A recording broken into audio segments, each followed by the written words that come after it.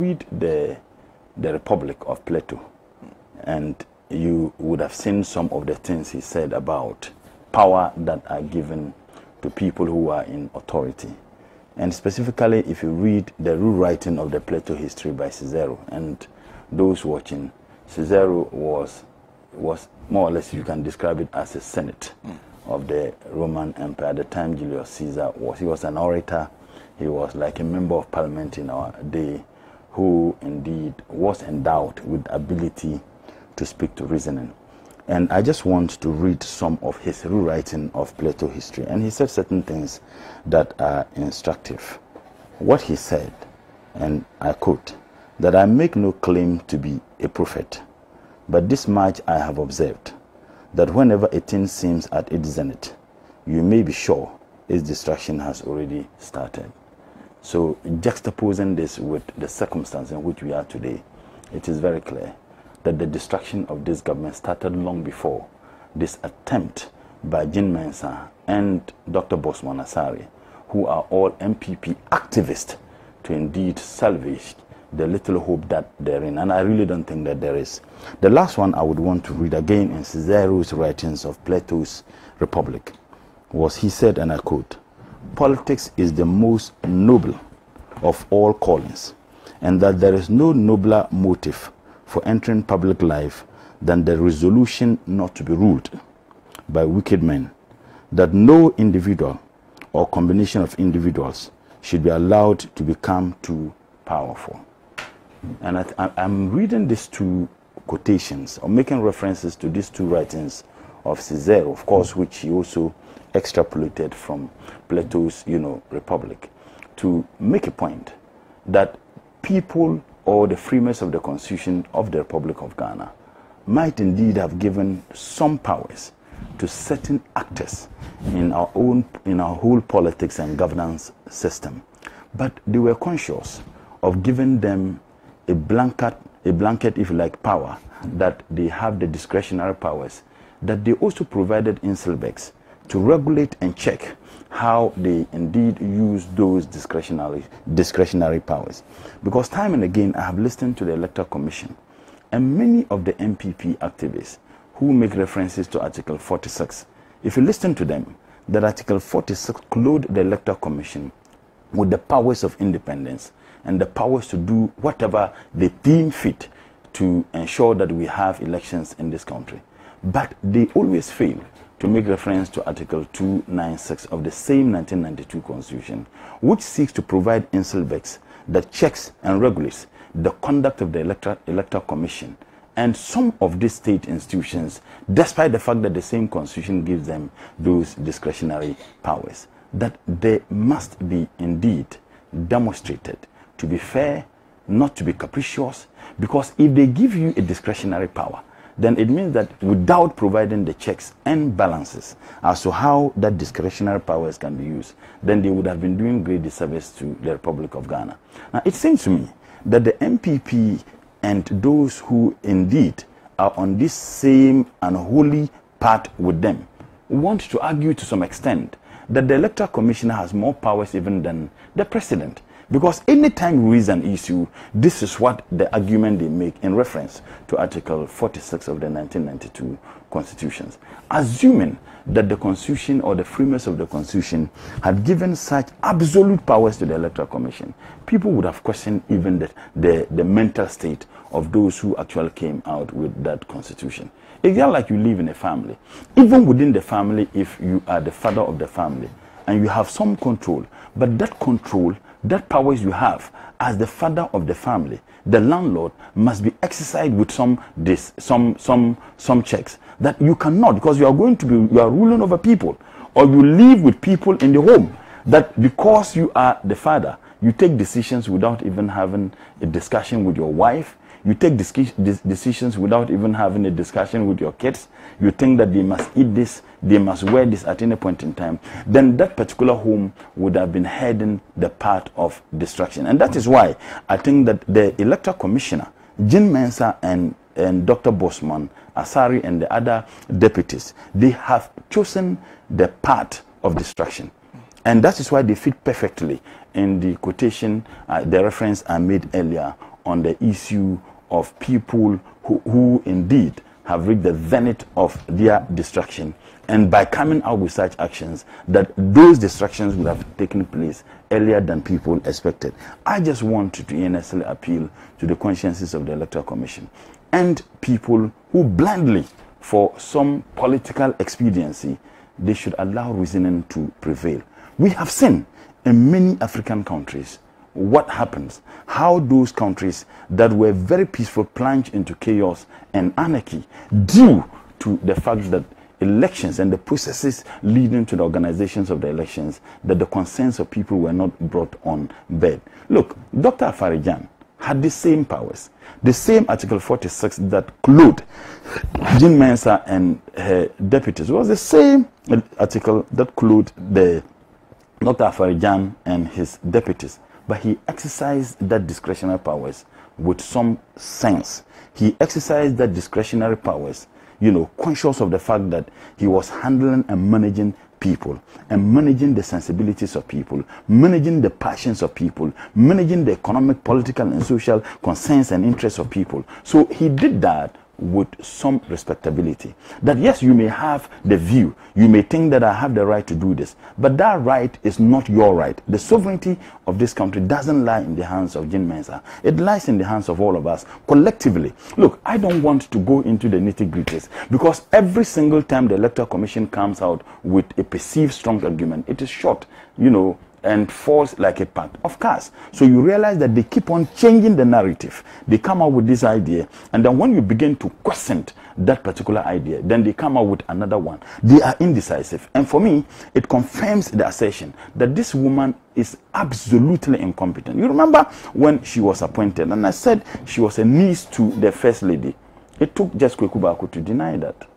The last time I checked, Kweku Baku isn't the family member of the Jean Mensas or the Rebeccas, and he certainly can, and I'm not being told that he was appointed as the spokesperson for the family. You know the reason why the family never denied and challenged the assertion that she is the niece to the First Lady? Because they certainly could not deny their own. So they had to get Kweku Baku, who sits on Metro TV and says, oh, she's not related to the First Lady, and that ended it. We are so gullible in this country that people are not asking questions. Look, Jean Mensa and the president should not underestimate the resolve of the Ghanaian people to resist any attempt, with the last drop of blood in us, to prevent anybody who attempts to destroy this peaceful country that we have all indeed collectively, regardless your stature, regardless your ethnic background, regardless your religion, regardless your status in society. All of us collectively helped to nurture, to build this country, and we would want to have a peaceful country.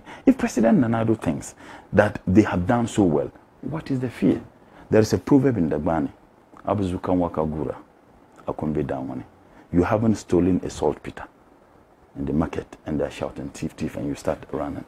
Then it means that you should be asking yourself, Senna, all these things, this idea of attempting to change the voter register was occasioned by the falsehood that was peddled by the MPP prior to the 2012 elections.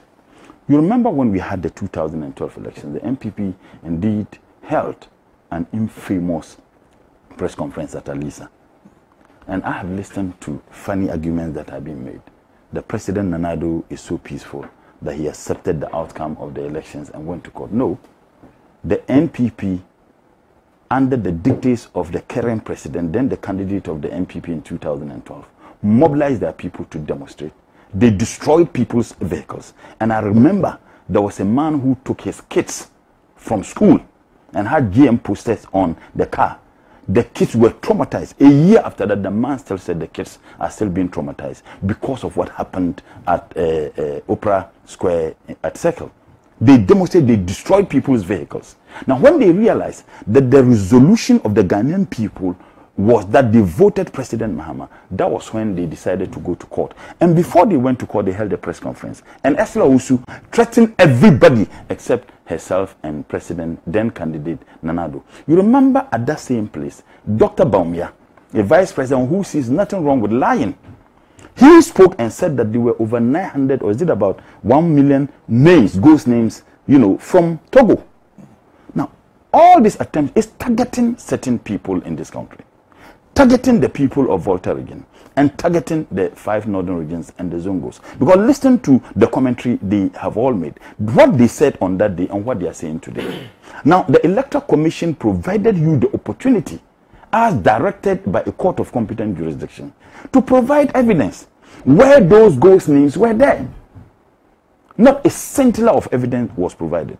Now, when they set up a committee to identify the so-called ghost names or names that were in the register, that indeed, mind you, Abu Ramadan, the PNC man who is now the deputy NADMO boss. You remember, when my brother is here, he's been suffering for the MPP. They didn't see the need to make him the deputy NADMO boss. They gave it to Samira's brother because of the, once again, the family and friends and in-laws, you know, government that they ran. Remember he went, you remember, yes, you are my brother. You remember he went to court and the court also ruled. How many names did they? It was about 52,000 names, I guess, that were expunged from the register. You use the same register to win an elections.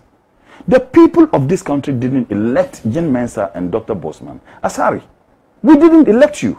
You were appointed by someone we elected. And the very person we elected, President Nanado, we elected him using the very register with credibility they are now shredding every single second and every single opportunity they get. We used that register to elect the president. Now, the president was then given the power by the people of this country to appoint Eugene Mensah as the EC boss and Dr. Bosman and the other deputy as the deputy commissioners. Now, you think that that particular register is not important? That particular register is so ramshackled, it doesn't have any credibility, regardless the fact that after the elections of the president and after your appointment, the same register was used to conduct 2 national elections. We use the same register for the new regions that were created. We use the same register to elect to conduct district assembly elections, and elected 35,000, I guess, you know, over 35,000 assembly members, and over 6,000 assembly members, and over 35,000 unit committee members. The same register. And all of a sudden, the credibility of that particular register is questioned. Nobody says that if there is any justification for a new register to be compiled, it shouldn't be. But the point is that look at the timing. How long are they going to take to have the exercise done? Mind you, January is gone. Now, what time will you use to even run the education? Because every single year, the complaints that have been expressed by the people of this country has been that the education is not well done. And mind you, when it does happen, people blame the NCCE. The NCCE would need to go with educating people. And it shouldn't take less than 3 months if they want to do an effective and efficient education so that the people of this country can all participate in the exercise. We know that it is not compulsory for people to go and vote. In some jurisdictions, it is. In Australia, it is compulsory that you vote. Despite the fact that it is not compulsory for you to go and vote, but there is that huge demand for people to participate in the exercise. Now, will the NCC going to participate in this exercise? Are they going to embark on educating people the need for them to participate in a new register that the EC wants to, you know, to embark upon? When are they going to have tender, you know, for people who would bid for this contract? How long is it going to take? Is it going to be done in a rush? And then clearly, if you check even the timing, it is not appropriate. And I just want to find out from Jen Mensah and our friends in MPP, those civil society organizations who have all kicked against this, most of whom are friends to this government, you are more intelligent and smarter than them. Is it the case? So you see, why they are doing all this is because even though they won by close or more than 1 million votes in the 2016 elections, they are aware that the voter turnout in Volta region was not much. And you know what? Ignorantly, they are presuming. They are presuming that the voter turnout was not much because so-called people in Togo didn't have the opportunity to come and vote. Then I realized that these guys are not smart. The voter turnout was not only low in Volta region, even in the 5 northern regions, even in Greater Accra, nationwide, it was low. And most of NDC stronghold, the voter turnout was low. Tell me where Northern region is sharing with. Are there people coming from any region to participate in it? Because ruling government, most often you lose elections because your people will get disenchanted, they get frustrated, and they either not participate in it or they don't take it serious. In 2008 elections, when NPP lost elections, the voter turnout in NPP strongholds were low. So it is not about people coming from so-called Volta region to participate in the exercise. And ignorantly, that is the presumption that this government is having.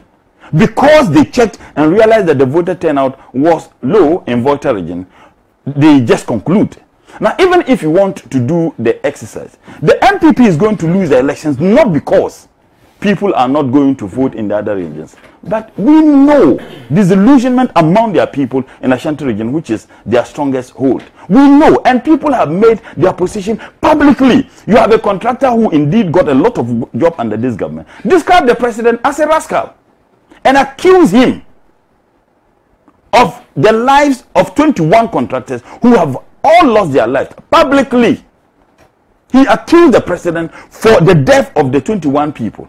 Now, this is a person who got jobs. He's not one of the contractors Mr. Nyantachi says their monies will rot. He's not one of those contractors. So I'm saying that they should be smarter than they are doing. To be very honest with you, Senna, look, I urge those bunch of hypocrites who were very loud when the NDC was in power. Even when things that President Mohammed never attempted doing, they were quiet. No, they were not quiet. Today, they are all in a state of absolute incommunicado. And the least they do is that is how all politicians are. And the NDC, it wasn't how all politicians are. That is how the NDC is. Today, when you hear anybody who says that is how all politicians are, such a person voted for MPP and doesn't have the courage to condemn them because they are so disappointed. Whatever happens, they say, oh, that is how all politicians are. Look, we have seen many countries that happened. And you remember almost a year or more than a year ago, I don't know whether it was in this same studio or it was on radio, at Radio Gold. I said, if anything happened in 2020, may God forbid, if there is chaos and anarchy in this country, two people are going to be held absolutely responsible. Jean Mensa and her team, and President Nana Addo. We handed over a peaceful country to you. The NDC lost the elections. We never did what we did in 2012 because we respected the will of the Ghanaian people. We moved out. You became the president. The people of this country have decided that your time is up. You haven't been able to provide a scintilla of hope. And every single thing you do, they say free SHS. And look at the challenges that the free SHS indeed is